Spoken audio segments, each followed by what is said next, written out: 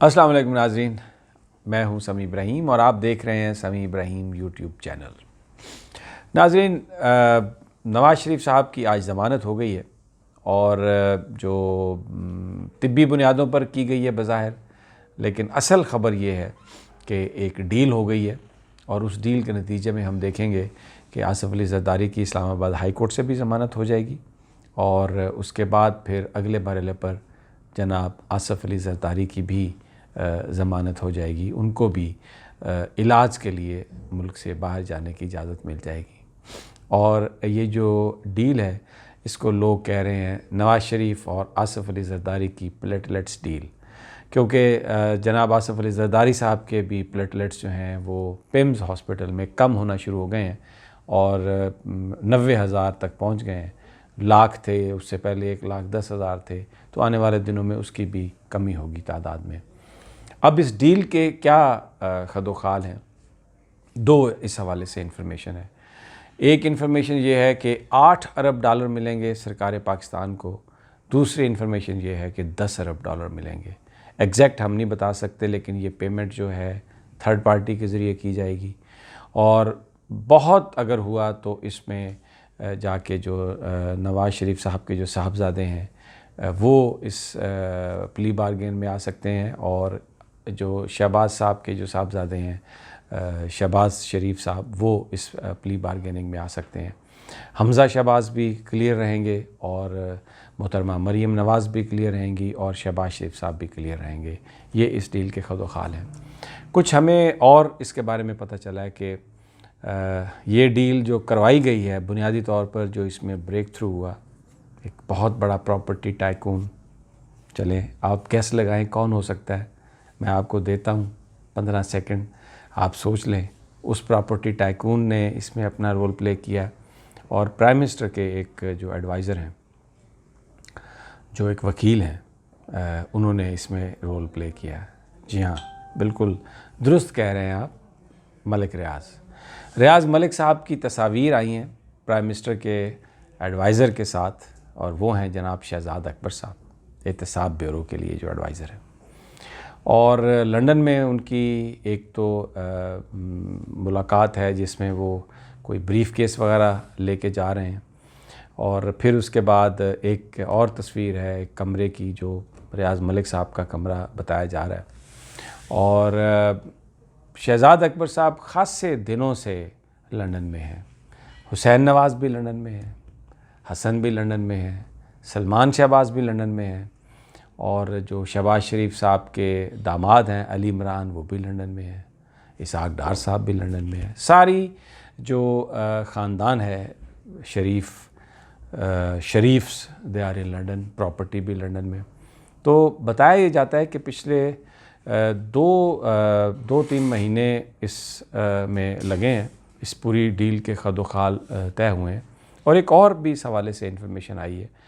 کہ بنیادی طور پر جب یہ گفتگو کا آغاز ہوا ہے تو وہ یہ تھا کہ ایسٹس ریکوری یونٹ نے اجویر روڈ پہ ایک ایسی پراپرٹی کا سراغ لگایا جو شریف خاندان کی ملکیت تھی، لیکن جب پروسیس شروع ہوا احتساب کا اور حکومت پاکستان نے ایک یونٹ بنایا جو مختلف ممالک میں جو بڑے بڑے سیاستدانوں کی زمینیں ہیں، پراپرٹیز ہیں، ان کا سراغ لگانا شروع کیا، تو اس کو فوری طور پر شریف خاندان نے اور بھی کئی پراپرٹیز کی طرح اس کو بیچا، اور بہت ساری پراپرٹیز جو ہیں وہ جو پراپرٹی کا کام کرنے والے ہیں پراپرٹی ٹائکون، انہوں نے خریدی۔ یہ جو ایک اجویر روڈ والی پراپرٹی ہے، بتایا جاتا ہے مبینہ طور پر رپورٹڈلی اس کے لیے پیسے نہیں تھے، تو اس کی سیلف فائنینسنگ بھی جو اونر تھا اسی نے کی، اور اونرشپ جو ہے وہ شریفز کے پاس ہے۔ تو اور یہ جو پراپرٹی تھی، یہ جو صاحب اس میں ہیں ان کے بیٹے کے نام یہ پراپرٹی ٹرانسفر کی گئی۔ اس کی جو ساری کی ساری جو انفارمیشن تھی وہ جب پہنچی ایسٹس ریکوری یونٹ کے پاس، تو پھر اس حوالے سے جب گفت و شنید شروع ہوئی تو وہ گفت و شنید ایک ڈیل کی صورت میں آ گئی ہے۔ آگے اس نے اور بھی چیزوں کو وہ نکلی آگے، تو یہ گورنمنٹ اور شریفز کے درمیان جو ڈیل ہے مبینہ، ایلیجڈلی، رپورٹڈلی، یہ میں بار بار اس لیے کہہ رہا ہوں اس میں شہزاد اکبر صاحب کا رول بتایا جا رہا ہے مبینہ طور پر ایلیجڈلی. میں نے کوشش کی ہے شہزاد اکبر صاحب سے بات کرنے کی، بات نہیں ہو سکی، اور تصویریں جو ہیں ملک ریاض صاحب کے ساتھ ان کی میٹنگز کی وہ منظر عام پر ہیں، وہ آپ سوشل میڈیا پر دیکھ سکتے ہیں. میں نے صرف اس لیے وہ تصویر اپنے اس ویڈیو لاگ میں نہیں ڈالی کہ اس سے کاپی رائٹ کا ایشو ہو جاتا ہے. تو اب دوسرا جو مرحلہ ہے جو بیچ میں جو بات ہو رہی ہے وہ جناب آصف علی زرداری صاحب کی ہے. انہوں نے بھی ان کے ساتھ تو بارگین کرنا بہت آسان ہے، اس لیے کہ اومنی گروپس اور دوسرے کئی جو فیک اکاؤنٹس ہیں وہ زرداری صاحب کے نام نہیں ہیں. تو وہ جن کے نام ہیں یا جو کمپنیاں ان کو ڈیل کر رہی ہیں، اگر ان سے وہ پلی بارگین کی جائے اور ان سے پیسے لیے جائیں 10 15 ارب، تو وہ بھی at the end of the day جا کے کوئی 300-400 ارب روپے بن جائیں گے، جو 2-2.5-3-4 ارب ڈالر بن جائیں گے، یعنی 400-450 ارب روپے، تو یہ 2-2.5 ارب ڈالر بن جائیں گے. اب یہ ساری ڈیلز ہو رہی ہیں اور یہ منطقی انجام جو ہے اس کا آ رہا ہے، لیکن اس میں جو بنیادی چیز جو سامنے آئی ہے وہ یہ ہے کہ قانون جو ہے یہ بڑے آدمی کے لیے مختلف ہے اور چھوٹے آدمی کے لیے بالکل مختلف ہے. ابھی میڈیا کس طرح میاں نواز شریف صاحب کی بیماری کی خبریں دے رہا ہے، ڈاکٹر وہاں پر جو سروسز ہاسپٹل میں لوگ موجود ہیں ان کے مطابق ڈاکٹر طاہر شمسی نے اور ایک اور ڈاکٹر نے میاں نواز شریف صاحب کے جسم کو چیک کرنے کے لیے، ابھی ڈاکٹر جو محمود ایاز ہیں وہ تو یہ کہتے ہیں نا کہ کٹ نہیں لگایا جا سکتا، پلیٹلیٹس اتنے کم ہو گئے ہیں کہ وہ خون رکے گا نہیں. ڈاکٹر صاحب نے تھوڑا پرک کیا ایک سوئی چبوئی دیکھنے کے لیے، تو ان کا خون کا ایک قطرہ نکلا، لیکن تھوڑا سا خون نکلا اور پھر اس کے بعد وہاں پر خون جم گیا، کلاٹنگ ہوئی. تو اس کا مطلب ہے کہ عملی طور پر جو پلیٹلیٹ سائز بتایا جا رہا ہے اس سے کہیں زیادہ ہے. لیکن بہرحال نون لیگ کے لوگ آ کے یہی بیان کر رہے ہیں، اتنی بیماریاں بیان کر رہے ہیں، 12 15 13 14 بیماریاں بیان کر رہے ہیں، جس سے وہ یہ تاثر دینے میں کامیاب ہیں کہ نواز شریف صاحب کی زندگی کو خطرہ ہے. حکومت نے مکمل طور پر مخالفت نہیں کی کمپلیٹلی، اور نیب نے اپنا پریس ریلیز باقاعدہ جاری کیا ہے کہ جی طبی بنیادوں کی وجہ سے، انسانی ہمدردی کی وجہ سے نواز شریف صاحب کی لاہور ہائی کورٹ میں ضمانت کو اپوز نہیں کیا گیا.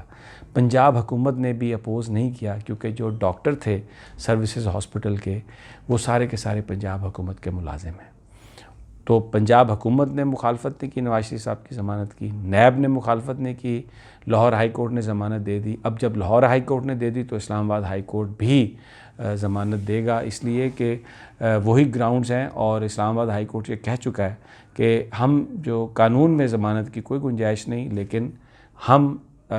کیونکہ ان کی طبیعت خراب ہے اس لیے صرف یہ ہم مقدمہ سن رہے ہیں. تو نواز شریف صاحب بھی بیل پر ہو جائیں گے اور زرداری صاحب بھی چلے جائیں گے باہر. مولانا فضل الرحمان صاحب، میں آپ کو تازہ ترین بتا دیتا ہوں، وزیر اعظم کا جو استعفے کا مطالبہ تھا اس سے دستبردار ہو گئے ہیں. آپ کو مبارک ہو. جو دھرنا جس مقصد کے لیے شروع کیا گیا تھا اس میں ایک اہم مقصد شریف خاندان کے لیے، زرداری صاحب کے لیے ڈیل کا حصول تھا، تو وہ آلموسٹ حاصل ہو چکا ہے. تو اب جو وزیر اعظم صاحب کے جو استعفے کا مطالبہ تھا، ذرائع یہ بتا رہے ہیں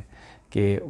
جو رہبر کمیٹی ہے اس سے دستبردار ہو گئی ہے، اور اس کے ساتھ ساتھ فوری طور پر ملک میں نئے انتخابات کا جو مطالبہ تھا اس پر بھی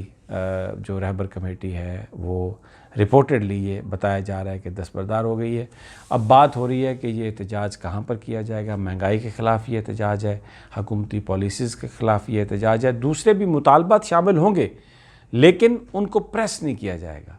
ان پر یہ نہیں ہوگا کہ اگر یہ 4 مطالبے ہیں تو جو پہلے 2 مطالبے میں نے آپ کو بتائے ہیں اس پر بات چیت جاری رہے گی، اور باقی جو 2 مطالبے ہیں مہنگائی ہے اور ایک جو مولانا کوشش کر رہے ہیں کہ مدارس کے جو ریفارمز ہیں وہ نہ ہو سکیں.